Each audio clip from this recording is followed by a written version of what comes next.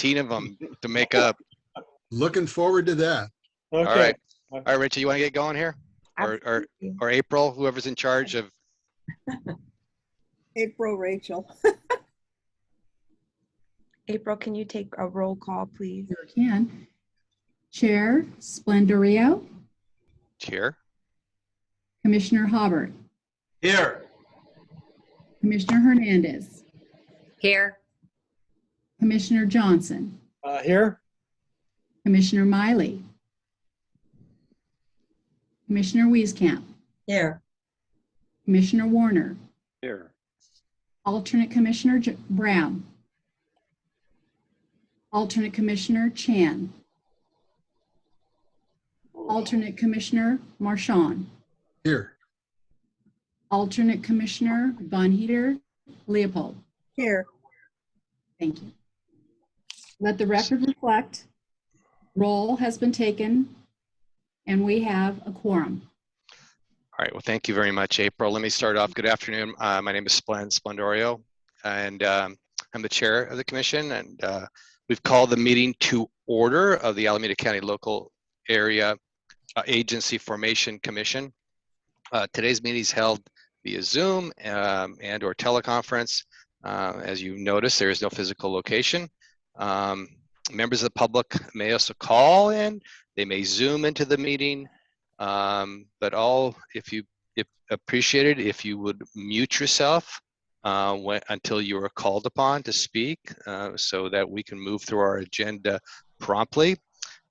Same admission for the commissioners. So if you have a comment, either raise your hand, paint something on your screen so that we can see you. We'll acknowledge you. All commission actions, to the extent we have any on our calendar today, will be taken by a roll call vote. And of course, we'll ask the commissioners to identify themselves in making a motion or a second. We of course encourage public comment. There's an opportunity, of course, after each agenda item. And also there's or you can email, you can identify, or either by raising your hand or placing something in chat that you would like to speak. We have many ways for you to do that, but you'll be limited to 3 minutes on your comment. Okay, we've done the call to order. Now let's have public comment. Anyone from in the audience may address the commission on any matter not listed on our agenda, but within the jurisdiction of Alameda County LAFCo. The commission cannot act upon any matters that you may raise. So, April, do we have any public comment? Yes, we do. Speaker, state your name. You have 3 minutes to speak. Good afternoon. This is Kelly Abreu.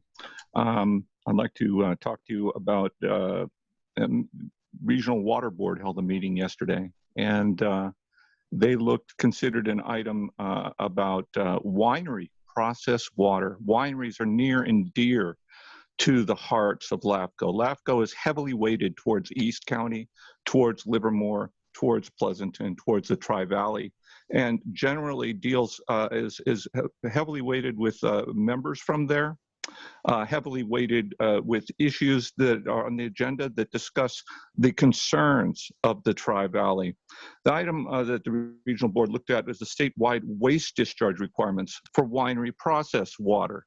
They had a very technical presentation on how they're going to regulate this. The regulatory requirements fall into 4 separate categories according to the size of the volume of the discharge. Very, very, very technical stuff, which they did in cooperation with Napa County. Why Napa County? Napa County has unique, amazing technical expertise in this area and has been working with the Water Board for decades in this area. I would caution regulatory agencies that not all counties have that expertise, that level of expertise that Napa County does. Alameda County in particular is dismal when it comes to regulating environmental health and regulating these kind of issues. Also, we have a huge problem when it comes to water supply. The district, we just had a meeting, a panel on water, and Pleasanton, this panel on water, Pleasanton was left off the panel. Fremont was there, Zone 7 was there, Livermore was there. Pleasanton was left off the panel. Why? The redistricting. Pleasanton is part of some other district. And until and unless LAFCO, not LAFCO, it doesn't do the districts, but the people in this room are heavily involved with this. Until and unless the Tri-Valley is united, until unless we can get the city of Pleasanton in the room to discuss their water issues, then we're going to have major political problems that are caused by how you're drawing the lines. Thank you. All right, thank you very much, Mr. Abreu. Let's move on. Any other public speakers, April? No, we do not. Right. Thank you very much. Let's move on to the consent agenda. Is there any commissioner that would like to pull any item? If not, entertain. Move approval. Halbert. Thank you, David. Hernandez will second. That's Mayor Hernandez also. Okay, any comments? If not, April, if we could do a roll call vote. Commissioner Miley, Aye. Commissioner Haubert, Aye. Commissioner Hernandez, Aye. Commissioner Warner, Yes. Commissioner Johnson, Aye. Commissioner Wieskamp. Aye. Chair Yes. Splendorio. Yes. Let the record reflect the motion passes. All right, well, thank you very much. Let's move on to item number 4, preliminary summary on LAFCO's Measure D study. That will receive a presentation from our consultant, Scott Gregory of Lampier Gregory, on a preliminary summary of the Commissioner's review of Measure D. Rachel, you want to take it from here, or Yes. So Scott just jump in? thank you, Chair. So again, Scott from Lampier Gregory is here today to provide a commission a preliminary summary. Thank you, Scott, so much for speaking to LAFCO today. And I will, let me see if I can have you share this screen and we can get this going. All right, so the agenda item here is to receive the presentation, have some discussion, allow some comments from the public. Correct. Let's see. Thank you, Scott. Am I sharing my screen now? Yes. Excellent. Okay, shall I jump in? Yes, yes, you may. All right, thank you, Rachel. Thank you for the introduction.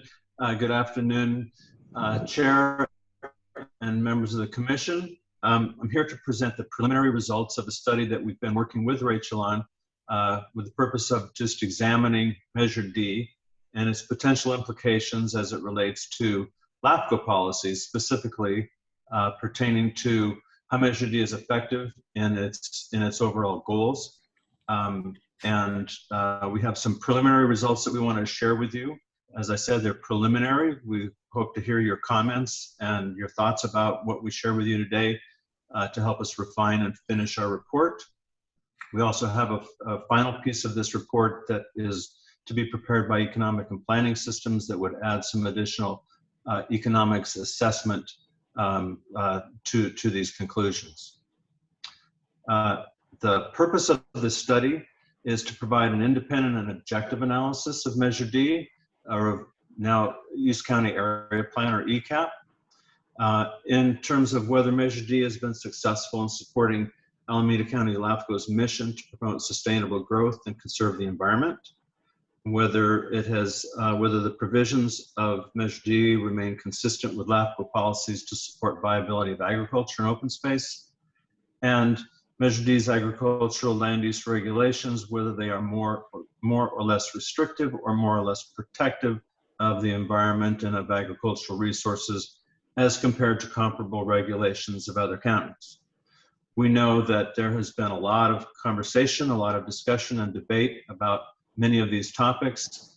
We're really not trying to weigh in on the pros and cons or the merits of any of the positions, but to provide the LAFCO board, the LAFCO commission here with just some basic information, statistics, and facts that pertain to these topics that may be helpful as you consider, this topic moving forward.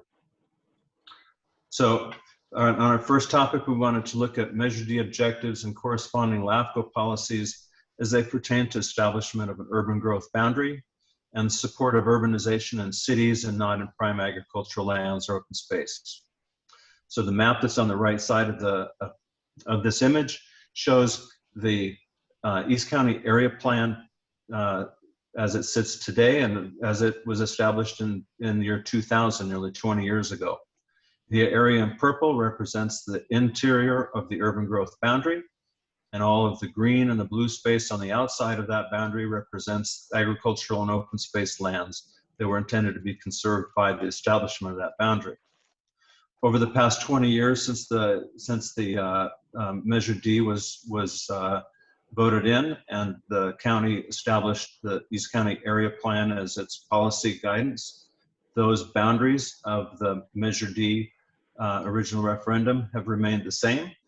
There's been no annexations. There has been no urban growth on the outside of those urban growth boundaries. Urban growth has happened within the cities as was anticipated. And on the outside, those open space lands and agricultural lands have essentially remained undeveloped, certainly not by Alameda County sponsored or lead agency urban growth. Over the years, the cities of Dublin, Pleasanton, and Livermore have all enacted general plan programs that support that urban growth boundary strategy.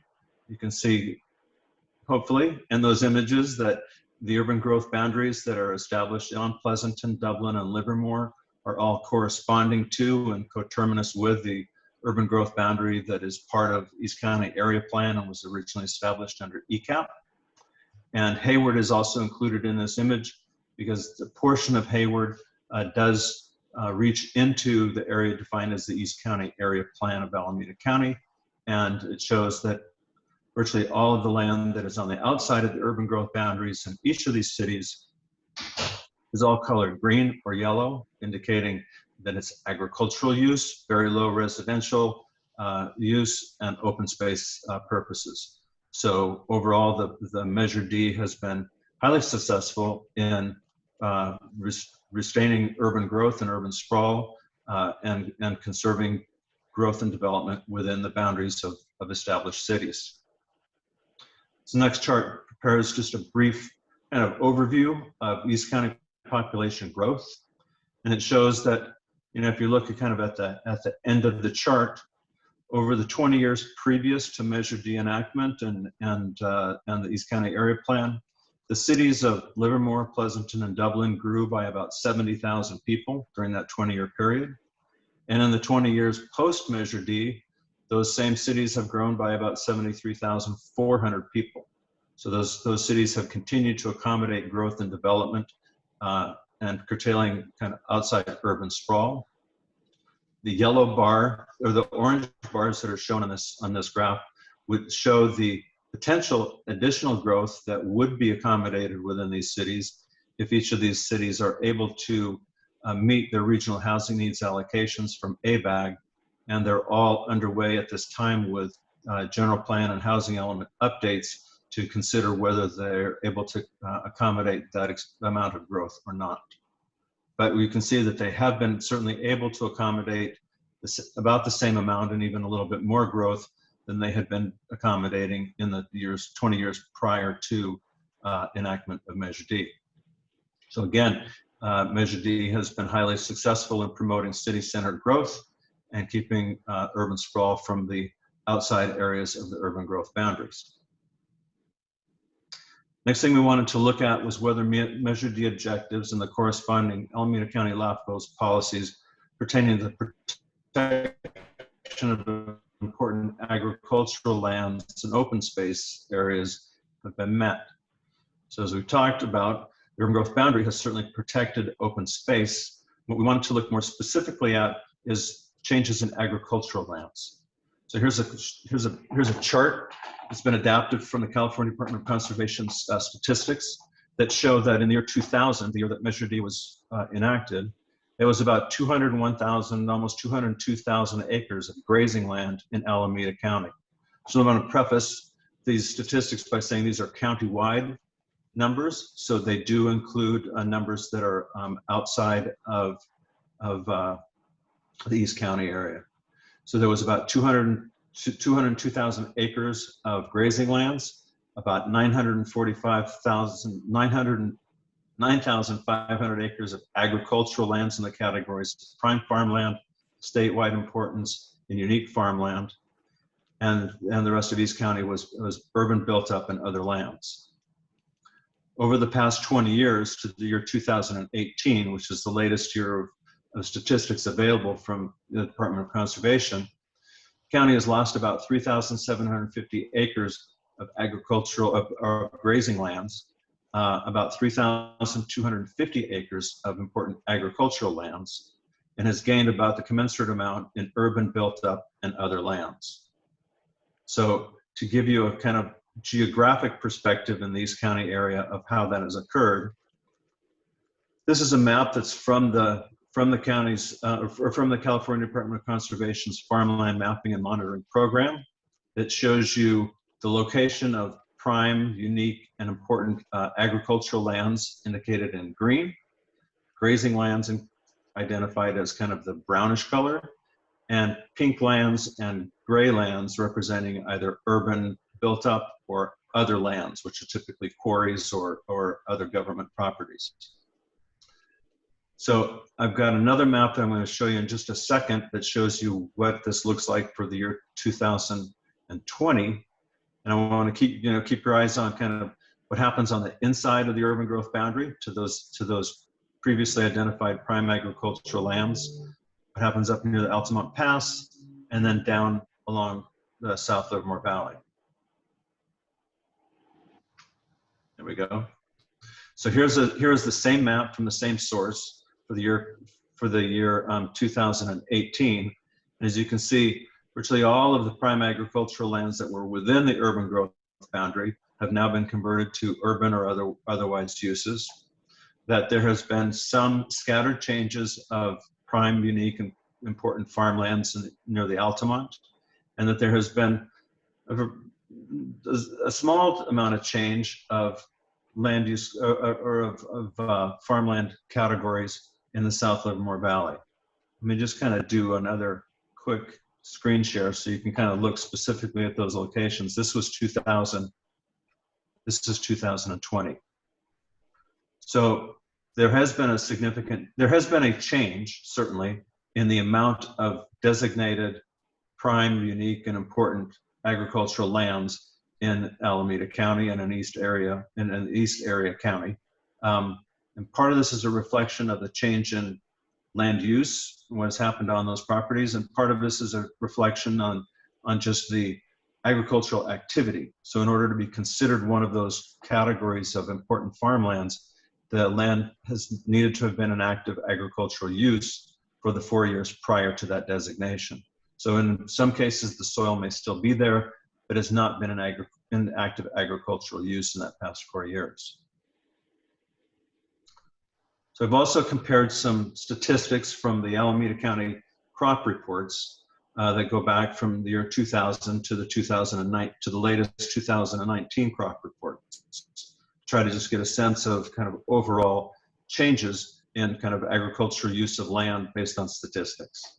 So you can see that in the year 2000, there was about 210,000 acres of land in Alameda County that was considered harvested crop acreage. And that's harvested crop acreage of all types. It included pasture lands, wineries, and viticultural areas, truck crops, all the variety of agricultural activity, about 210,000 acres. Over the past 20 years, it's been a relatively steady decline down to about 180,000 acres that is considered to be countywide harvested crop acreage. Looking at a couple different specific types of agricultural use, We've looked at particularly at pasture land and grazing, which represents kind of the largest land use of agricultural activity in the county. And we've looked at wine grapes, which represents perhaps probably the most economically productive agricultural use in the county. So you can see that harvested acre of pasture land has again shown a relatively distinct decline over the past 20 years, whereas the bearing acreage of wine grapes has gone up and down over those past 20 years, but remains pretty steady at somewhere around 2,500 acres of land that is in bearing acreage of wine grapes. The crop reports also provide some interesting statistics about that pertain to the agricultural viability of the value of agricultural products that are grown in Alameda County. I've made this chart to show two different types of lines. The first is just the actual product value, and then I've done sort of an inflation average so that we can compare apples to apples when we're talking about dollars. So the blue lines are actual product value. The green line is kind of a comparative average inflation rate applied to each of those numbers, so we can look at kind of relative comparison. The other important thing to know about when looking at these particular graphs is that they just represent sales of agricultural products grown in Alameda County. They don't represent profits. So that doesn't represent the actual costs of agricultural operators in producing these products. It is just the value of products sold. So over the past 20 years, the total value of agricultural products from Alameda County has again kind of gone up and down over time, but still hovers somewhere around $45 to $50 million a year in agricultural product. The value of livestock, cattle and calves that have been sold over that same time period, has really shown a pretty substantial increase in value, which is probably primarily due to just increasing value of the individual product itself, the pounds per dollar of beef and cattle that are produced. And potentially less in terms of the numbers of cows and cattle that have been provided. And then the total value of wine grape production sold has again pretty dramatically increased here from somewhere around the neighborhood of $5 million a year in 2000 to up and over $25 million a year by 2018. So part of the reasons for this has been just the increased productivity of wineries in East County of Alameda County. Their yield per acre has substantially increased on the whole. There's been more agricultural activity in that area. The amount of land has remained relatively stable. The brand or image of Livermore Valley wine has certainly increased, and all of those have yielded this increase in the value of wines and grape products that have been sold in Alameda County over time.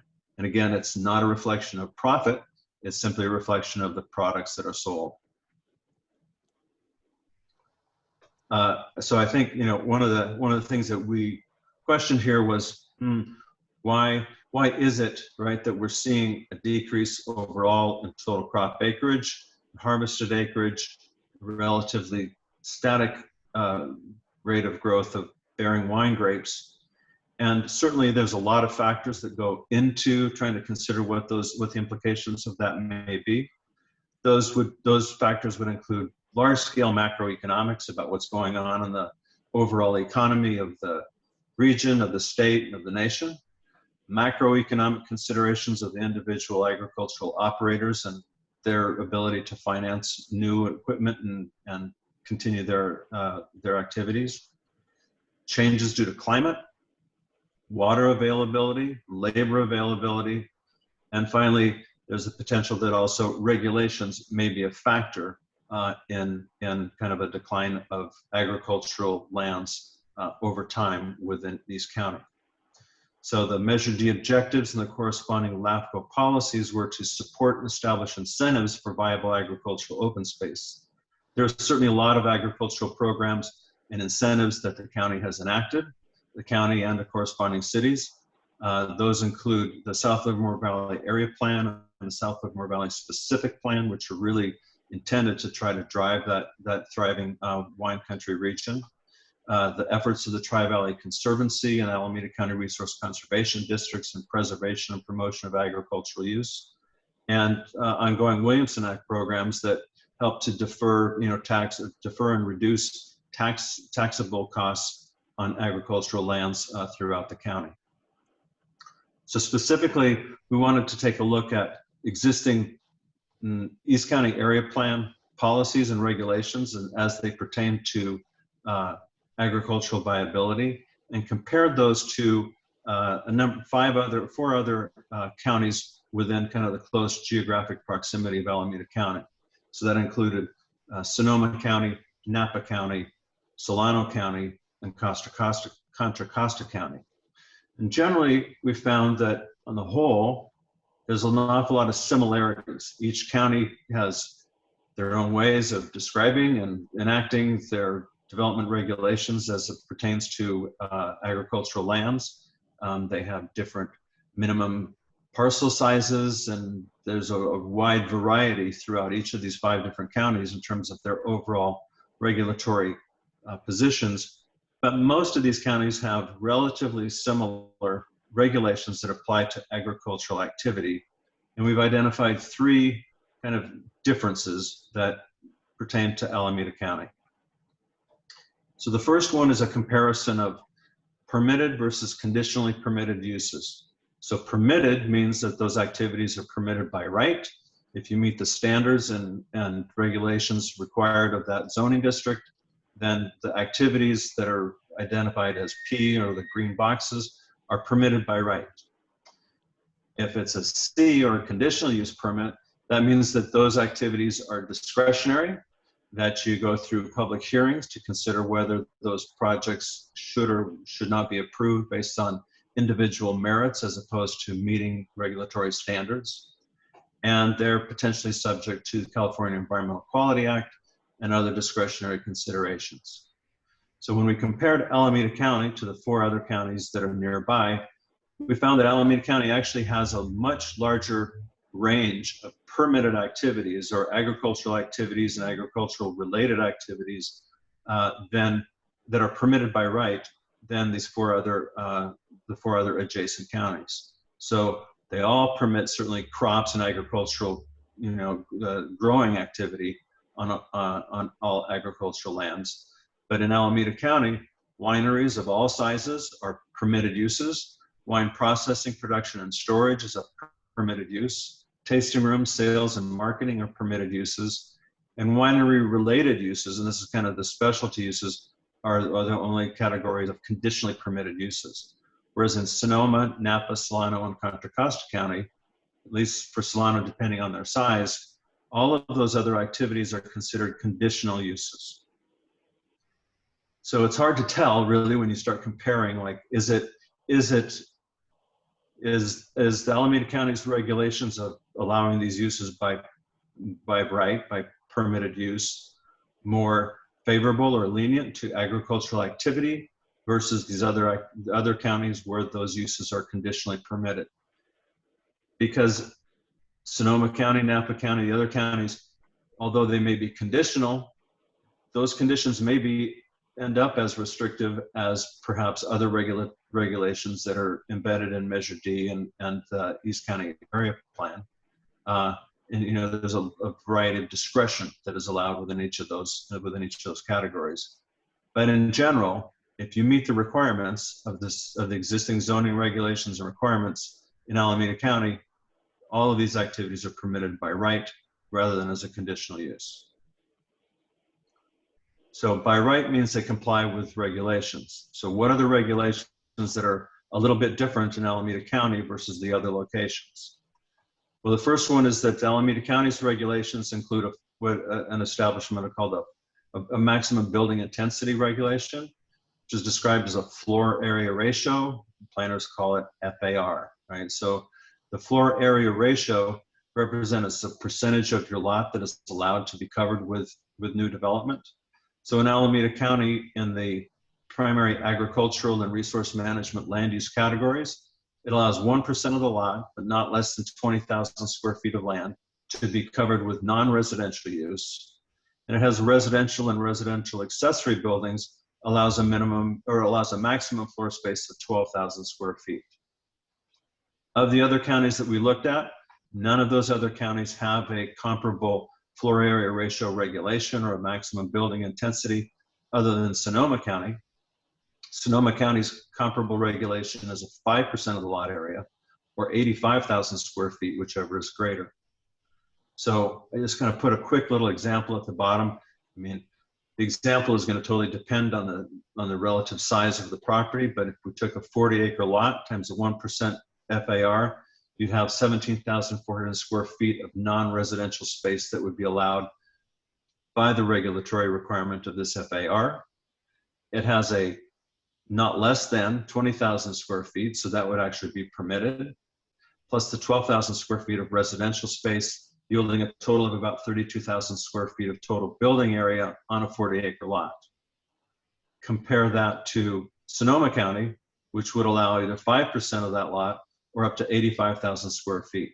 So those regulations appear to potentially be more restrictive or more protective of agricultural land than in other counties. That said, how these regulations, where they don't speak to those individual topics, are implemented as part of the merit, seeking the merits of individual projects under conditional review, it's uncertain whether a development of a 40-acre property in Napa could achieve 32,000 square feet of building area, even though they don't have an FAR. Similarly, we've looked at the other regulation that seems to be relatively unique among Alameda County is the maximum building envelope regulation.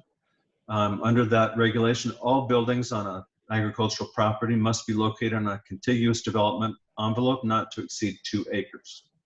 So we looked at the other neighboring jurisdictions and found that they did not have such a precise regulatory requirement. They all did include policies that said that visitor serving uses and agricultural processing uses all must be secondary and incidental to agricultural production, but they didn't quantify what secondary and incidental would mean. So I just did a kind of a very brief little sketch at the bottom here to demonstrate kind of how that building envelope works together with the FAR. So if that's a 40-acre square piece, then the dark green area represents a 2-acre envelope, and the black represents the maximum building potential that would be on that site. That would be the kind of the development that would be consistent with and compliant with the existing regulations of the East County Area Plan as developed through Measure D. And those are essentially different than other counties that are surrounding the nearby area. So we've looked at whether Measure D has been successful in promoting city-centered growth. It certainly has. We've looked at Measure D in terms of whether it has been protective of agricultural lands. By establishing that urban growth boundary, it certainly has done that. Has it promoted the viability of agricultural activity and agricultural use? There has been a decline over time in agricultural activity and agricultural use. That could be a function of many factors, not just regulations, but there do appear to be regulations in Alameda County that would be either considered more restrictive on agricultural activity or more protective of agricultural land and other natural resources than within the other surrounding communities. So these are some of the preliminary findings that we have kind of developed as part of our review of this Measure D. We hope to hear from this commission today about kind of your thoughts and what you might think of some of this information that we've presented before we finalize that report. And then we've got one final step in that process where our subconsultant, Economic Planning Systems, is going to be conducting some selected interviews with agricultural operators, both in the county and in the region, to just try to get a sense of whether there are economic opportunity costs associated with the regulatory requirements in place today that would be that represent an economic disincentive to agricultural growth and agricultural activity. So I've kind of wound on. I appreciate that you've listened for me to go. I'm happy to answer questions and entertain any kind of discussion that you might want to have. And with that, my presentation would be over. All right, well, thank you very much, Scott. Let me open. I see Mayor Warner has his hand up. So if again, you use your hand, raise your hand or put something in the chat or wave your arms, whichever, but Mayor Warner. Yeah, thank you for the presentation. It was really good. And I think in an earlier session, we looked at a written report. I believe, is that correct, Rachel, along these lines? Yes. So, Scott, the Policy and Budget Committee reviewed a preliminary summary and a written report that you presented to us, and we're reviewing that internally right now, and hopefully getting that out to some of the stakeholders to just get their objective opinion on the written report. But yes, you're correct, Commissioner. Yeah, and that's what I was going to say. Is the way you phrased it was the stakeholders. It was because they were in the written report. It was broader than this. This was, I believe, and this is really good and helpful. And the suggestion at the time was, of the people or entities that are referenced in that report and conclusions, that before the final report is issued, that it be run past the county, city entities, as well as, say, the Wine Growers Association and others, because there were some conclusions in that report based on the data that you've got here. I was just wanting to make sure that that the people who were involved had a chance to look at those conclusions before the final report was published. Right. Thank you, Mayor Warner. Supervisor Miley has his hand up. Yes. Could we get an answer to that question? Have others been able to look at this yet? So just speaking for Scott right now, we had the Policy and Budget Committee meeting last Thursday. And then I was able to speak with Scott to provide him that recommendation on Monday. So I will be, and we agreed, and we narrowed and brought in a list of stakeholders to send that out to. So I will be forwarding that report to all those stakeholders by tomorrow.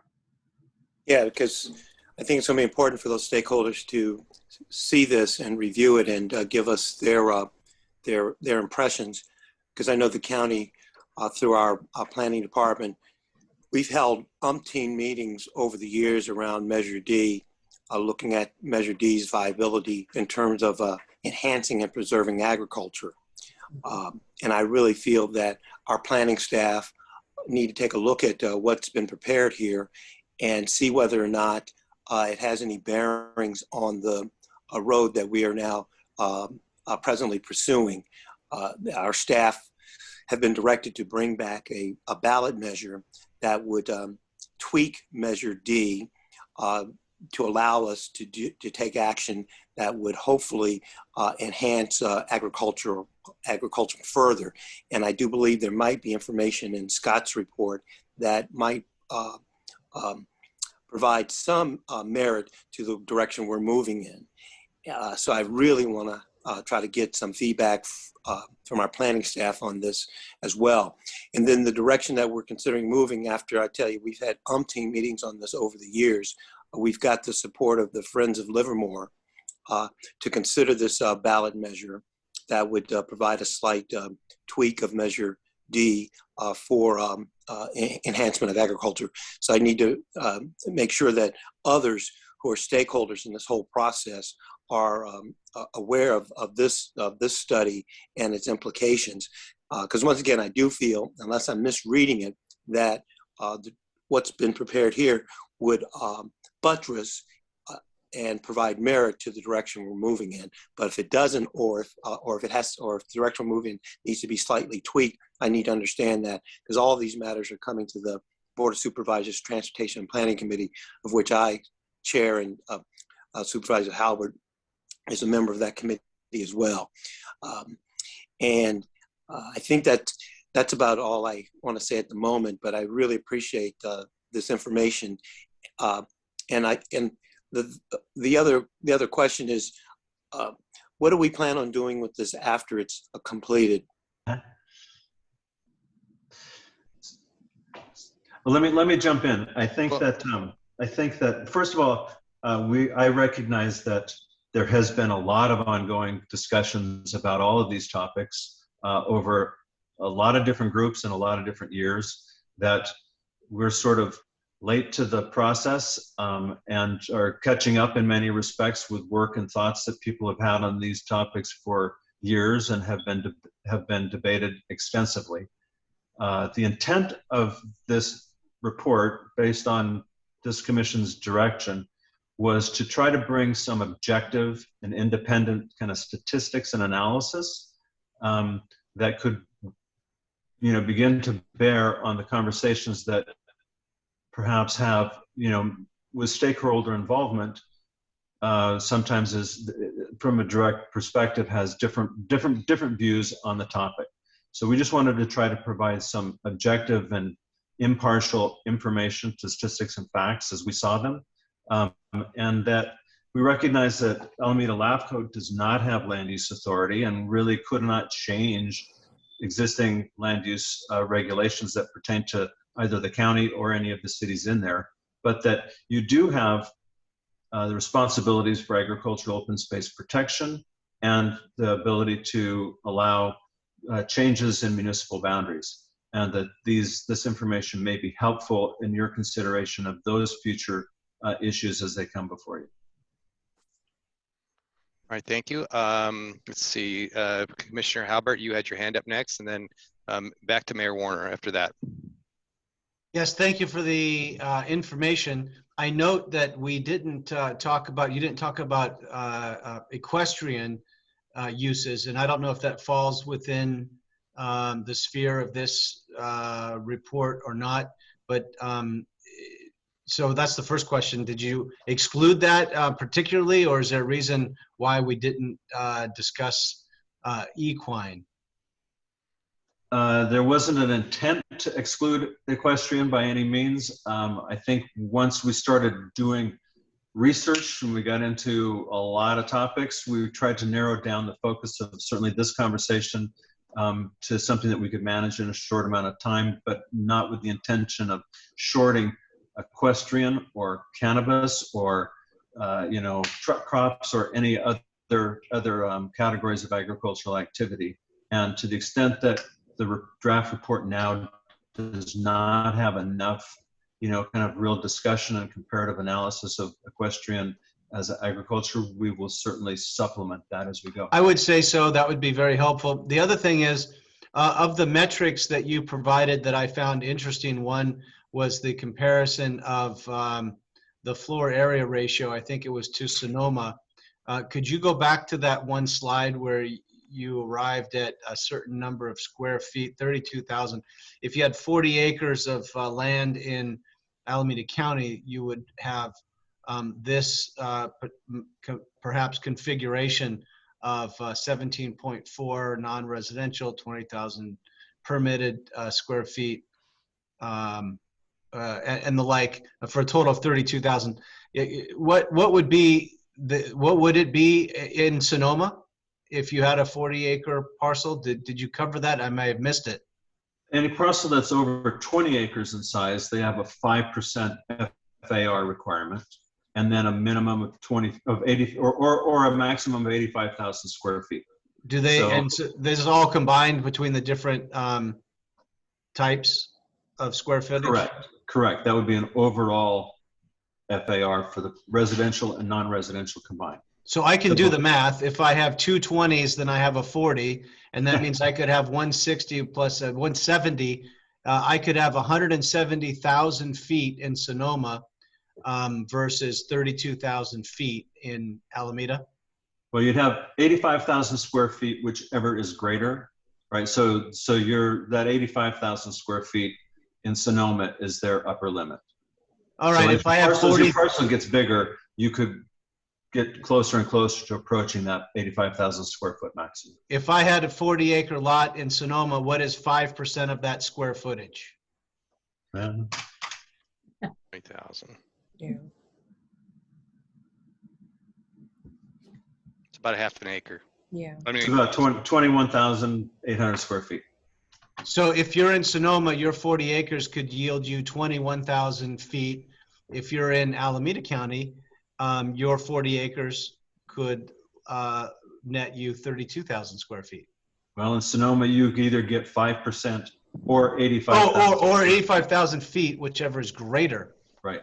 Per 20 acres. So if I had a 40-acre parcel, could I have 170,000 feet? No.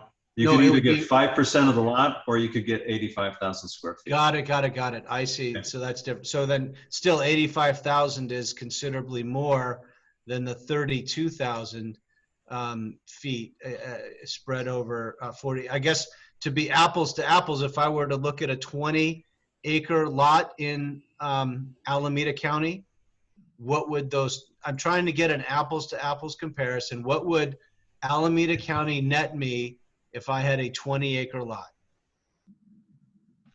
Real quick, if I could jump in. In the example, in Alameda County, you got 40 acres and 1% is 17,000 square feet, right? And in Sonoma, you said it's 5%. Isn't it 5 times 17, or what am I missing? Yeah, I think that the FAR requirement to get bigger than what you could otherwise be entitled to, right, which is the 20,000 square feet of non-residential FAR and 12,000 square feet of residential and residential accessory. That's 32. In order to get any more than 32, then your lot has to be substantially larger. It has to be larger than that 40-acre parcel. No, if you could just go back to what Supervisor Halbert was saying. In Sonoma, it's 5% of the lot area. Correct. And 40 acres, you want 5% of 40 acres. In the example you've got there, you've got 1% of the 40 acres is 17,000. So isn't this just 5 times the 17,000? Isn't it that simple, or what am I missing? You are correct, except that there's a cap at 85,000 square feet in Sonoma County. Yeah, but 5 times, okay, so there you go. The 17,000 times, 17 times 5 is 85, right? So the point is, you've got in Sonoma 85,000 for the 40-acre lot, or in Alameda you got 32,000. So I think that's your answer, Dave. Yeah. I still would like to know, if I had 20 acres in Alameda, what would I be able to put on it? Just cut it in half. So 17.4 divided by 2, I guess that'd be 8,700. If I had a 20-acre lot, I could have 8,700 square feet of non-residential. Is that right? Well, I'm going to jump in and say, actually, you're allowed not less than 20,000 square feet. So All right. even if your FAR is driving you down, you can still get 20,000 square feet. All right. So min max plays into this. So 20. Correct. So call it 20 versus 85 is what I think, or up to 32 versus 85. Yeah. Right. Well, no, if it's 20 acres, I could have 20,000, right? I guess 20. Give me 20 to 20 min max. Just when it comes back to for the final thing, I would just clarify this. Yep. Scott, that's Clearly. all I'm saying. The other thing is, I'd like to see more than just I see one comparison. I realize there's NA for Napa, Salona, and Contra Costa. A small typo there, Costa. But if then go look at Marin, or go look at Los Paso Robles, or go look at Lodi or some other area, so that we can get more than NA, I think would be helpful. And by the way, if it's NA for Napa, Solana, and Contra Costa, what does that mean? No limit, or can't do anything, or what does NA mean? It means that they do not have a regulation specifically prescribing a maximum building intensity. Oh, so it's a case-by-case basis, or? It's because all of these uses are conditional use permits, so they're considered on their individual merits. So I guess it's be hard to do, but I would like to see some comparison of what they typically do on 20-acre parcels and how it compares to what we're able to do. At any rate, on first blush, at least with just Sonoma, it seems as though we have a much tighter restriction with the 1%. And then I'd like to see what it, that's only one data point. I'd like to see others. And I don't know, somehow qualitatively like to understand this difference between Napa, Solano, and Contra Costa. Contra Costa is right across the street, and people tell me if I drive across the border, it's a stark difference. And it's